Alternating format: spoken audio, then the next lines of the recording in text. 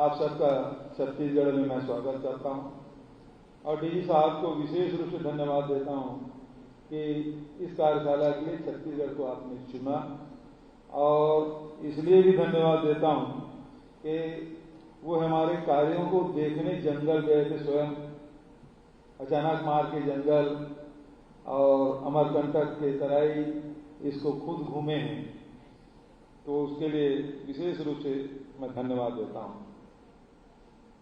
आदरणीय साथियों, प्रशंसा चाहे व्यक्ति की हो, परिवार की हो, समाज की हो, प्रदेश की हो या देश की हो, किसे अच्छा नहीं लगता। आज जितने वक्ता हैं उन्होंने बिना संकोच किए, शब्दों के बिना कंजूसी किए, दिल खोल के प्रशंसा हमारे सीओ साहब ने की, डीजी साहब ने की और हमारे साथियों ने भी बातें कही। सारी बातें आ चुकी है, मेरे पास कहने की ज्यादा कुछ है नहीं। टेक्निकल बात आदरणीय प्रदीप शर्मा जी ने, पीवा जी ने बात कर दी, उपलब्धियों के बारे में भी बात हो गई। आदरणीय साथियों, मुख्य रूप से बात यदि वन विभाग की करें तो हम लोगों ने देखा या विधानसभाओं में प्रश्न होते थे, उत्तर आते थे, तो होता यही था कि कितने पेड़ लगाए गए, कितने जीवित हैं, कितने पेड़, कितनी कटाई हुई, कितनी आमदनी हुई, और जंगल में रहने वाले आदिवासियों के कितने केस बने। प्रश्न यही रहता था कि आदिवासियों के खिलाफ तो केस बना देते हैं आप लोग, बड़े लोगों के खिलाफ केस नहीं बनाते। ये चर्चा हम लोग छत्तीसगढ़ मध्य प्रदेश में हम लोग सुनते थे। हो सकता है कि अन्य प्रदेशों में जहां जंगल हो, इसी प्रकार के सवाल, इसी प्रकार के जवाब आते रहे। आज चर्चा दूसरे प्रकार की हो रही है। वन विभाग के अधिकारियों ने जिस प्रकार से काम किया वर्तमान स्थिति में, और 4 साल पहले की जो स्थिति थी जिसमें अधिकारी जो परंपरागत रूप से जो ढर्रे में काम करने के आदि रहे हैं, तो सारे अधिकारी आईएफएस हैं, वो फॉरेस्ट डिपार्टमेंट छोड़ के साथ दूसरे विभागों में प्रतिनियुक्ति में चले जाते थे। मैंने सबसे पहले सबको वापस कराया, चलो भाई आप वन विभाग तो जंगल में रहो, आप इधर मत आओ, कंक्रीट के जंगल में मत आओ। और धन्यवाद देना चाहता हूं सभी अधिकारियों को, विभागीय मंत्रियों को, कि कैंपा मद में भारत सरकार से राशि मिली, और राशि मिली तो उसको उपयोग कैसे करना है। हमारी कितनी बैठकें हुई कि वाटर रिचार्जिंग किस प्रकार से किया जाए। आज पूरी दुनिया इस बात से चिंतित है कि ग्लोबल वार्मिंग हो रहा है, जलवायु परिवर्तन हो रहा है, और जंगल को बचाया जाए, लेकिन कभी किसी ने ये नहीं सोचा। हम सुप्रीम कोर्ट की बात करते हैं, भारत सरकार की बात करते हैं, वन विभाग की बात करते हैं, पर्यावरण विभाग की बात करते हैं, सब बोलते हैं जंगल बचना चाहिए, लेकिन कोई ये नहीं सोचता कि जंगल में रहने वालों की जीवन में उसको कौन कौन सी चीज की आवश्यकता है, और जंगल में रहने वाले लोग इसकी कीमत चुका रहे हैं। और खासकर जब कोरोना आया तब लोगों को पता चला कि ऑक्सीजन की कीमत क्या है, उसकी कोई कीमत नहीं समझते। लेकिन छत्तीसगढ़ जंगल के माध्यम से भी ऑक्सीजन देने का काम कर रहा है, और यहां जितने भी कोरोना प्रभावित प्रदेश थे, वैसे पूरा देश और दुनिया ही रहा, लेकिन छत्तीसगढ़ से बहुत सारे राज्यों को ऑक्सीजन की सप्लाई हम लोगों ने किया, चाहे वो दिल्ली हो, राजस्थान हो, उत्तर प्रदेश हो, पंजाब हो, महाराष्ट्र हो, मध्य प्रदेश, तो सबसे ज्यादा ऑक्सीजन तो यही गया। इधर पूरा मध्य प्रदेश हम लोग भेजते रहे, लेकिन जंगल में रहने वालों के जीवन के बारे में कोई सोचता नहीं। और आज स्थिति ये कि वन विभाग के अधिकारी हों चाहे कर्मचारी हों, जंगल में रहने वाले लोग सबसे पहले अपना दुश्मन उसी को मानते हैं। ये लकड़ी का गट्ठा लेके आए और सबसे पहले वो चालान काटेगा, उसके खिलाफ FIR दर्ज होगी और केस चलेगा। और यही फायदा ये नक्सल लोग उठाए। 80 के दशक में जब आए थे, एक रेंजर को पकड़ के पेड़ में बांध दिया, उसकी पिटाई कर दी तो आदिवासी खुश हो जाते थे, अच्छा हुआ बदला दिया। और नक्सलियों के स्वाभाविक रूप से नक्सलियों के प्रति उनकी सहानुभूति होती गई। आज तो वसूली मास्टर हो गए हैं नक्सली, वो तो अब उनके उद्देश्य बदल गया। ये स्थिति रही है, उसमें बहुत ज्यादा डिटेल में नहीं जाऊंगा मैं, लेकिन आज जो परिवर्तन आया,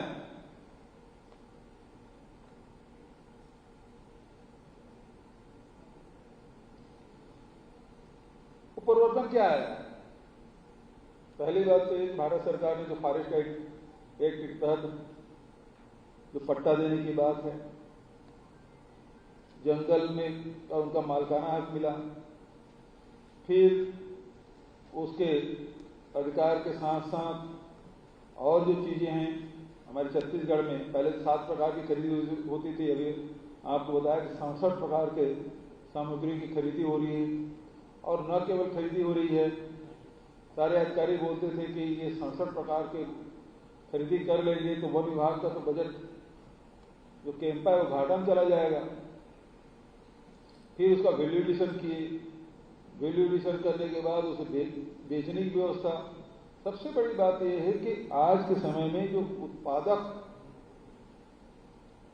है और विक्रेता है, उत्पादक की अपनी विशेषताएं होती है और विक्रेता की अपनी विशेषता है।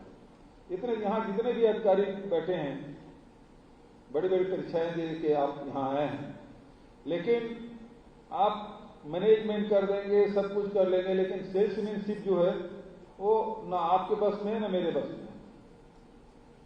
वो एक अलग हुनर है और वो अलग प्रकार के लोग होते हैं। जो हमारी छत्तीसगढ़ी में कहावत भी है कि बोलने वाले की जिल्लो बिक जाता है और नहीं बोलने वाले का चना नहीं बिकता।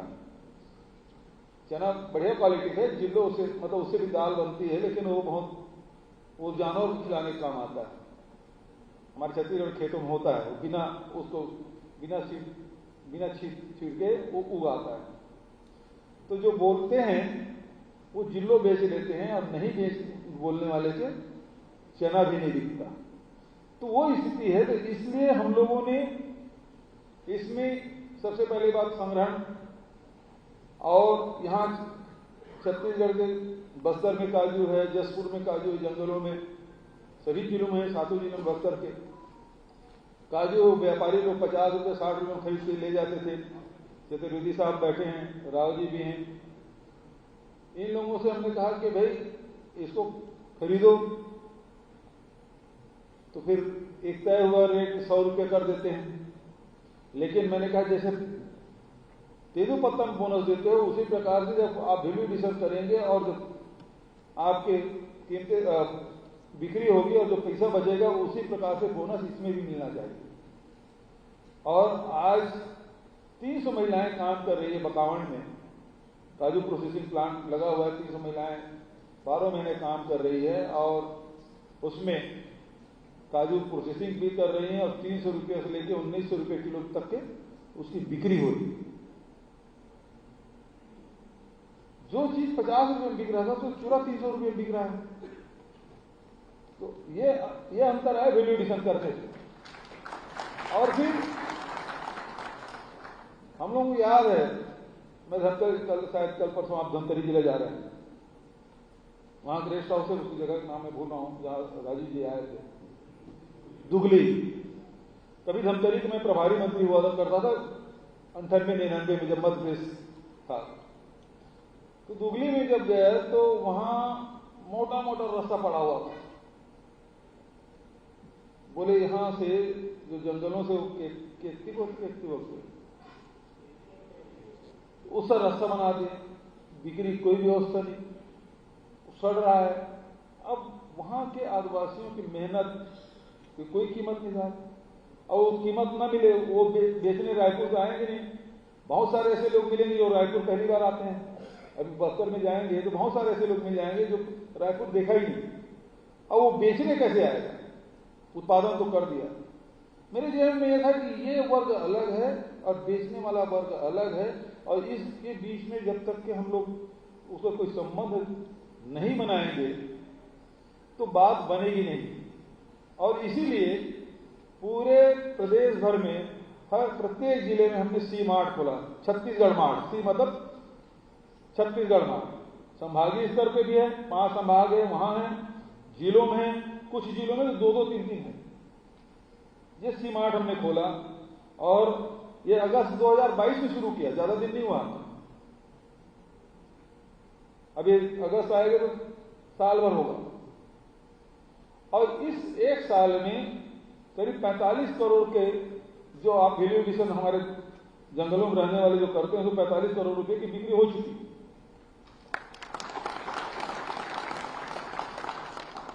तो हमारी कोशिश ये है कि एक लाइन बनना चाहिए, संग्राहक, उसको वैल्यू एडिशन करने वाले, उसको रेट मिलना चाहिए। अब भारत सरकार से हम लोगों ने कहा कि भाई कोदो कुटकी का समर्थन मूल्य नहीं है, रागी की समर्थन मूल्य तो है लेकिन कोदो कुटकी समर्थन मूल्य नहीं है। हमारे आदिवासी अंचलों में जो तो बड़े व्यापक पैमाने पे कोदो कुटकी की खेती करते हैं। क्यों? कि पानी उसके पास है नहीं, कम पानी वो पक जाता है, जानवर भी उसको नहीं खाता सकते।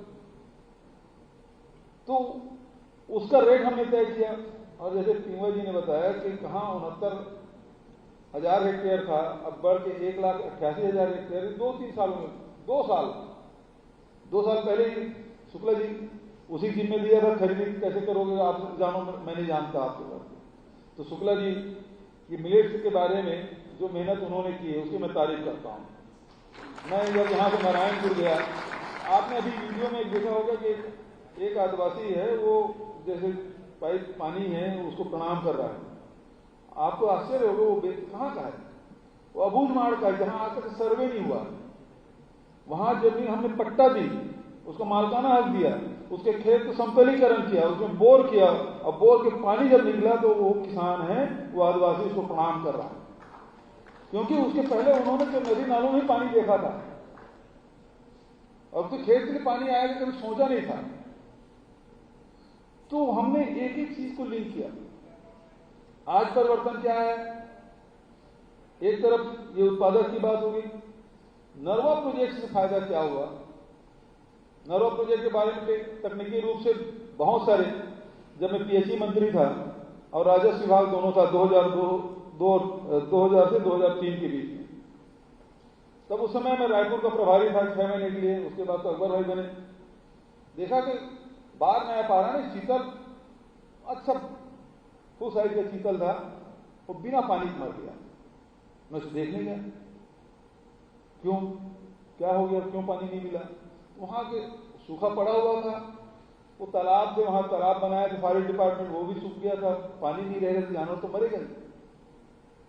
फिर वहां बोर कराया, बोर करा के डीजल पंप लगाओ, लेकिन कुछ भी करो, पेट्रोल पंप लगाओ, लेकिन पानी वन्य पशु को मिलना चाहिए। उन तालाबों को भरने के लिए फिर सोलर पैनल लगा के पानी भरना शुरू हुआ। ये फॉरेस्ट डिपार्टमेंट के लोग खूब विरोध किए मेरा, वहां बोर नहीं हो सकता था। मतलब जंगल में वन्य पशु पानी नहीं मिलेगा मरेगा, उसकी जिम्मेदारी भी किसकी? और सूखा पड़ा हुआ है। उस समय शुरुआत के, अब बात ये आती है कि जैसे प्रदीप ने कहा कि खेती की भी पानी चाहिए, उद्योग भी पानी चाहिए, इंसान भी पानी चाहिए, तो जंगल को भी पानी चाहिए।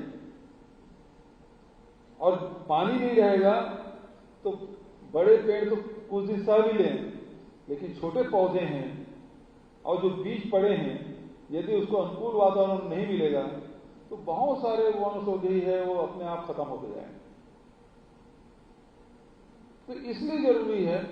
फिर दूसरी बात आती है कि हमारे भारत सरकार के गाइडलाइन हैं, सुप्रीम कोर्ट के गाइडलाइन हैं, पानी डुबान नहीं आना चाहिए।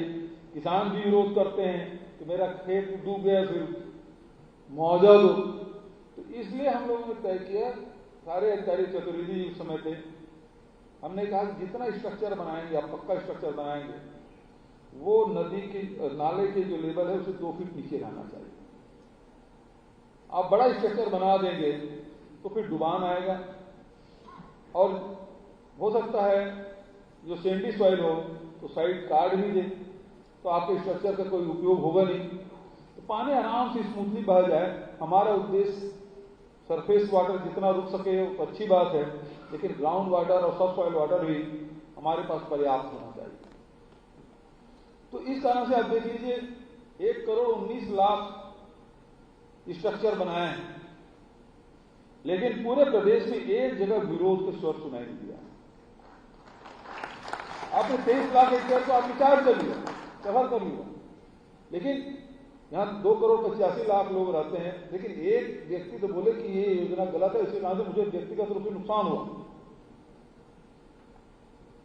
मुझे खुशी इस बात की है कि हमारे यहां आदिवासी बहुल्य जिले भी हैं, चाहे गरियाबंद करें, चाहे कांकेर कहें, चाहे मोहला मानपुर की बात करें, बस्तर तो है ही।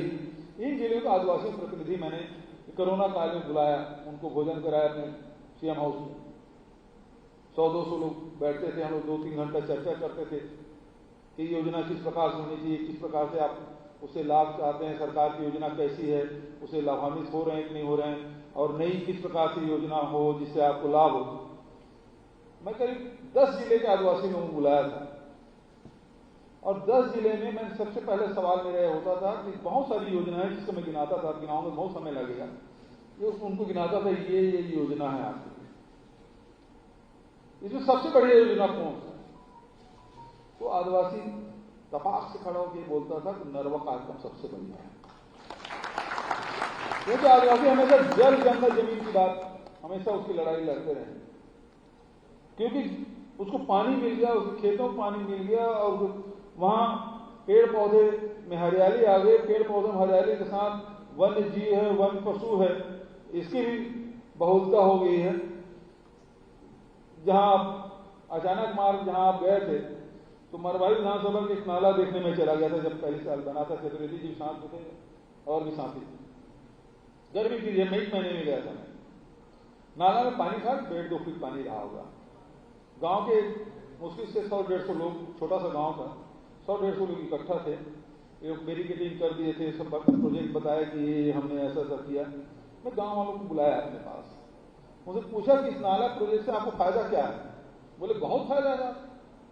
क्यों, क्या फायदा है? बरसात की फसल तो हमारी सुरक्षित होगी, दूसरा फसल भी हम ले रहे हैं। मैं बोले एक फायदा हो गया, दूसरा फायदा क्या है? देखिए नाला किनारे किनारे कितने भी पेड़ पौधे हैं, घास है, वो सब हरा भरा दिखाई दे रहा है। बोले एक हो गया, दूसरा तीसरा फायदा क्या है? अब यहां मधुमक्खी बहुत मिलने लगे, मधुमक्खी खूब हो गए, क्योंकि फूल भी है। और बोले एक नुकसान वाली बात है, भालू की संख्या भी बढ़ गई क्योंकि मधुमक्खी खाने मधुरक खाने भालू आ ही जाते हैं। तो इस प्रकार से देखिए, हम लोग गांव के लोगों को समझते हैं कि वो कुछ नहीं जानता, लेकिन यदि एक काम करेंगे तो वो लोग उसके सब फायदे भी जानते हैं और उसका लाभ भी उठाते हैं। इस सब का असर क्या हुआ? आज मेरे वन रक्षक जो है और गांव वालों की दोस्ती हो गई। वो अपना विरोधी या दुश्मन नहीं समझता, वो अपना हितैषी और मित्र समझता है, अपना सहयोगी समझता है। ये अंतर आया है छत्तीसगढ़ के वन विभाग के अधिकारी कर्मचारियों के बीच और आम जो ग्रामीण जन है, जो आदिवासी हैं, जो परंपरागत रूप से निवास करते हैं, वो अपना दुश्मन नहीं समझता। ये नहीं सोचता कि आया बस मेरे खिलाफ कार्रवाई करने वाला। वो तो वन विभाग के अधिकारी गए, मतलब समझ जाएंगे कि कुछ न कुछ नई योजना हमारे लिए लेकर आए। ये अंतर है, क्योंकि 111 आप प्रोसेसिंग प्लांट डाले हैं, आप तिखुर कभी छत्तीसगढ़ से बाहर कभी सुनाई नहीं जाता, आज उसको विदेश में हम सप्लाई कर रहे हैं, पूर्ति नहीं कर पा रहे। उसी प्रकार से बहुत सारी चीजें हैं जिसके हम पूर्ति नहीं कर पा रहे हैं, उत्पादन हो रहा है और उत्पादन डिमांड भी लगातार बढ़ती जा रही है, और हुनर की कोई कमी नहीं हमारे गांव रहने वालों के पास। बस उसको मौका दे दीजिए। अभी सी मार्ट के साथ साथ सी मार्ट में बिक्री भी कर रहे हैं, दूसरे और आउटलेट हम लोग खोले हैं। अब प्रदेश के बाद अब बाहर भी हम लोग करने वाले हैं। भारत सरकार से हमने कहा भी कि हमको कार्गो दे दीजिए ताकि विदेशों में हम भेज सकें। आप भी थोड़ा सपोर्ट कर दीजिए साहब, थोड़ा सा मदद आप लोग हो जाए तो जल्दी हमको मिल जाए। ये जो उत्पाद है, देखिए जो बस्तर में या सरगुजा में, जसपुर में जो उत्पादन हम कर रहे हैं वो सब ऑर्गेनिक, और हमारे पास सर्टिफिकेशन है। शुक्ला जी भीड़ के सबके सर्टिफिकेशन ले लिया। हम यदि ऑर्गेनिक चीजें भेजेंगे तो एक तो हमारा व्यापार व्यवसाय बढ़ेगा, लोगों को कितना काम मिलेगा, ये सब चीजें हैं। तो हमने उसको रोजगार से जोड़ा। सबसे बड़ी बात यह है कि डीजी साहब बैठे हैं, सीओ साहब भी बैठे हैं और तमाम आईएएस अधिकारी बैठे हैं। कभी जंगलों में ये इमारती पेड़ के अलावा कोई फलदार वृक्ष लगाने का आपने सोचा? जंगल बचेंगे कैसे? जंगल से आदिवासी पलायन क्यों कर रहे थे? पहले पलायन नहीं करते थे। कभी कोई संसार से आदमी उचट जाए, उसका मन और आध्यात्म में रंग जाए तो जंगल में तपस्या करने चला जाता था। लेकिन उसे खाने पीने की चिंता नहीं करता था, क्योंकि सभी प्रकार के कंद मूल फल सब जंगलों में मिल जाता था। आज आपने यूकेलिप्टस और ये सागौन और इतने प्रकार के वृक्षारोपण कर दिए हैं जिससे उन लोगों को कोई लाभ नहीं मिलता। लेकिन यदि वही में जो जंगलों में हर्रा, बहरा, आंवला, आम, इमली इस प्रकार से आप पेड़ लगा देंगे, भी हो सकता है, जामुन भी हो सकता है, और जामुन का भी पल्प है, हमारे सीताफल का पल्प है, सब जंगलों से हो रहा है और उसका हम वैल्यू एडिशन भी कर रहे हैं लगातार। यदि इन पेड़ों को भी लगा दें तो हमारे जंगल में रहने वाले आदिवासी या परंपरागत निवासी जंगल छोड़ के बाहर नहीं जाएगा। उससे शुद्ध वातावरण तो कहीं नहीं मिलता, उससे ज्यादा प्यार उसको कहां मिलेगा। लेकिन आज स्थिति यह है कि जंगलों में रहने वाले लोग गांव छोड़ के बाहर पलायन करने के लिए बात है। लेकिन जब से हमने ये काम किया है, अब तो हमारे रिवर्स माइग्रेशन हो गया छत्तीसगढ़ में। शहरों के लोग गांव की तरफ जाने लगे हैं। क्यों? कि हमने खेती को लाभकारी बनाया है, हमने लघु उपज को लाभकारी बनाया है, हमने वनौषधि को लाभकारी बनाया है, हमने वृक्षारोपण को लाभकारी बनाया है। अभी इस साल हमने मुख्यमंत्री वृक्ष संपदा योजना शुरू की। 36,000 हेक्टेयर का लक्ष्य था, वो कंप्लीट हो गया। हमारा जो लक्ष्य हुआ वो कंप्लीट हो गया। तो हम उस प्रकार से योजनाएं कर रहे हैं। अब लोग कहते हैं सरकार के पास पैसा कहां से आ गया? पैसा तो है भाई, उसी पैसे का सही सदुपयोग कर लो तो लोगों को रोजगार मिलेगा। और वही लोग, यदि आप वो वृक्ष लगाएं जिससे गांव के लोगों को लाभ मिले, तो निश्चित रूप से वो गांव छोड़ के शहर नहीं जाएगा, उसको काटेगा नहीं। आप एक चीज बताइए, फॉरेस्ट डिपार्टमेंट में एक भी अधिकारी बता दे किसी आदिवासी ने या गांव के जो जंगल में रहने वाले लोग हैं महुआ के पेड़ों को काटता है क्या? आपने बहुत सारे केसेस बनाए हैं, लेकिन सागौन पेड़ काटने के केस बना दे होंगे, साल के पेड़ के काटने के केस बनाएंगे और बहुत सारे केस बनाएंगे, लेकिन महुआ पेड़ काटने का कोई केस बनाए क्या? एक भी अधिकारी बता दे। क्यों? कि महुआ से सब कुछ मिलता है। महुआ पत्ता से वो दोना बना लेता है, पत्तल बना लेता है, उस महुआ से तो सब कुछ बनता है। हमारे यहाँ के शराब भर नहीं बनती साहब, उसका बढ़िया एनर्जी बार भी बनाए हैं हम लोग, लड्डू भी बनाए हैं, उसको महुआ के शरबत भी बनाए हैं, सैनिटाइजर भी बनाए हैं महुआ का, खूब बिका। हजारों लीटर महुआ का सैनिटाइजर बना दीजिए। मेरे निवास में आएंगे सैनिटाइजर वो मिलेगा आपको, मेरे टेबल में रखा हुआ है महुआ का। और कोआ है जो उसको कोरा बोलते हैं, उसका तेल भी निकलता है साहब, तो उसको कोई नहीं काटता। तो ऐसे पेड़ क्यों नहीं लगाते जंगल में जिससे वो रखवाली करे, काटे मत। तो ये काम हम लोग भारत सरकार से भी नहीं, आप लोग हैं, आप तो नीति निर्धारक लोग यहाँ बैठे हैं, तो मैं तो ये चाहूंगा कि जितने भी डीएफओ हैं उस सबको कम से कम एक कंपार्टमेंट में फलदार वृक्ष लगाना चाहिए, जो वहां उस सीजन में वहां की जमीन के हिसाब से वो उग जाए। ऐसा नहीं कि हम सेब के जंगल लगाए छत्तीसगढ़ में, तो संभव नहीं है। लेकिन आम के, इमली के, बिही के, जामुन के, हर्रा बहरा के, इसके यदि जंगल लगाएंगे तो निश्चित रूप से उसका लाभ मिलेगा। और सबसे बड़ी बात यह है कि हम उसके विक्रय की व्यवस्था करें। हम पिछले साल 2 साल पहले की बात है, दंतेवाड़ा कलेक्टर को मैं बस्तर में दौरा कर रहा था, सारे कलेक्टरों को बोला ये आम हमारे छिलते हैं तो हंसिया काट देते, काला हो जाता है, एक काम करिए स्टेनलेस स्टील उनको दे दीजिए, चाहे डीएमएफ फंड से दे, चाहे कैंपस दे, किसी से। और 7 कलेक्टर, एक कलेक्टर ने मेरी बात सुना, उस समय आयाज भी कलेक्टर था वहां, लेकिन उन्होंने भी मेरी बात नहीं सुनी, लेकिन दंतेवाड़ा कलेक्टर ने सुन ली।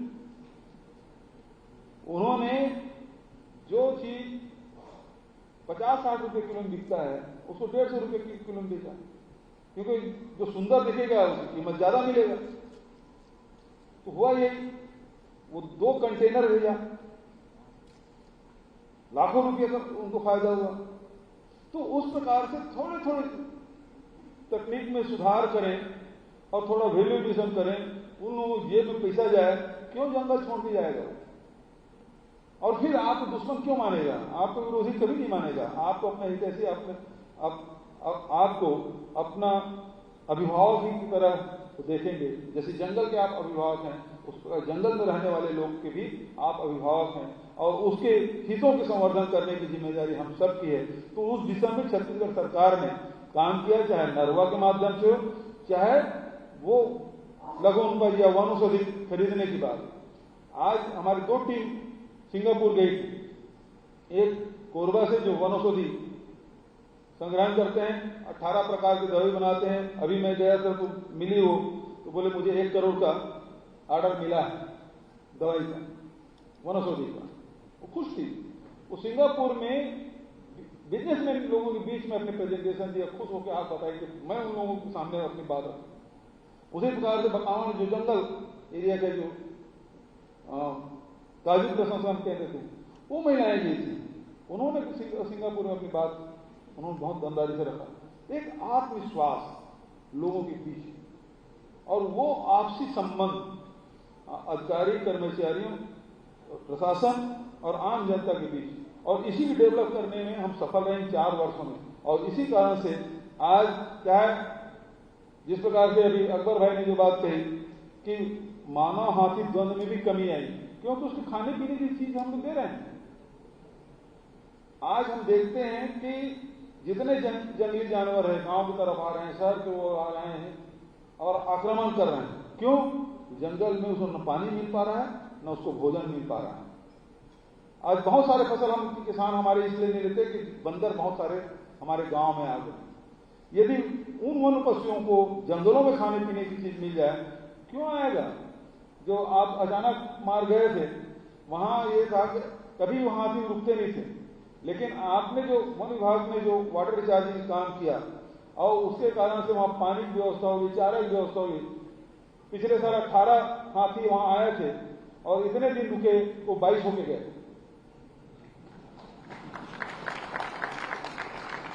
वो कभी भी रुक गए, फिर वापस आ गए। तो कहने का मतलब ये है कि जंगलों वो हाथी वहां निकल ही नहीं रहे, आप उनको खाने पीने की व्यवस्था कर दें।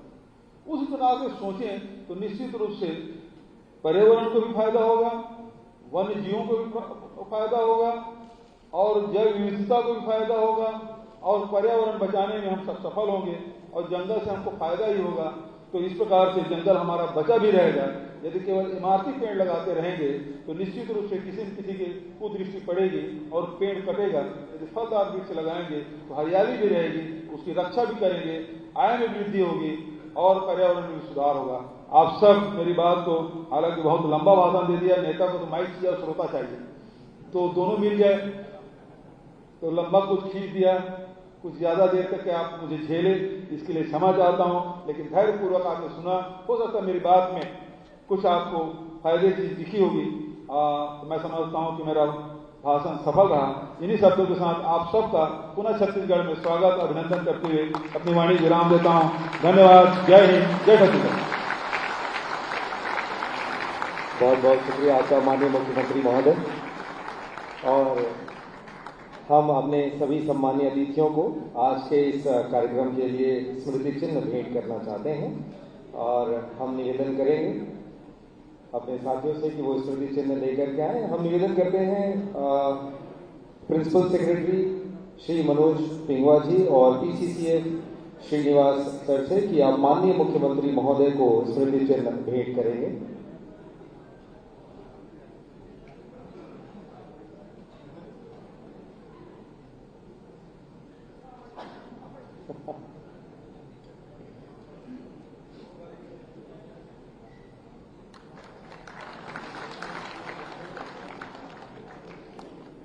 माननीय वन मंत्री जी हमारे बीच हैं। हम आप दोनों से पुनः अनुरोध करते हैं कि माननीय वन मंत्री जी को आप स्मृति चिन्ह भेंट करेंगे।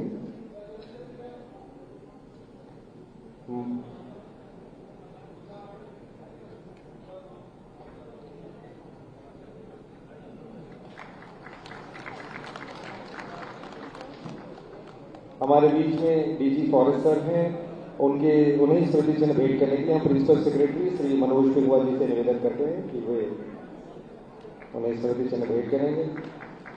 आज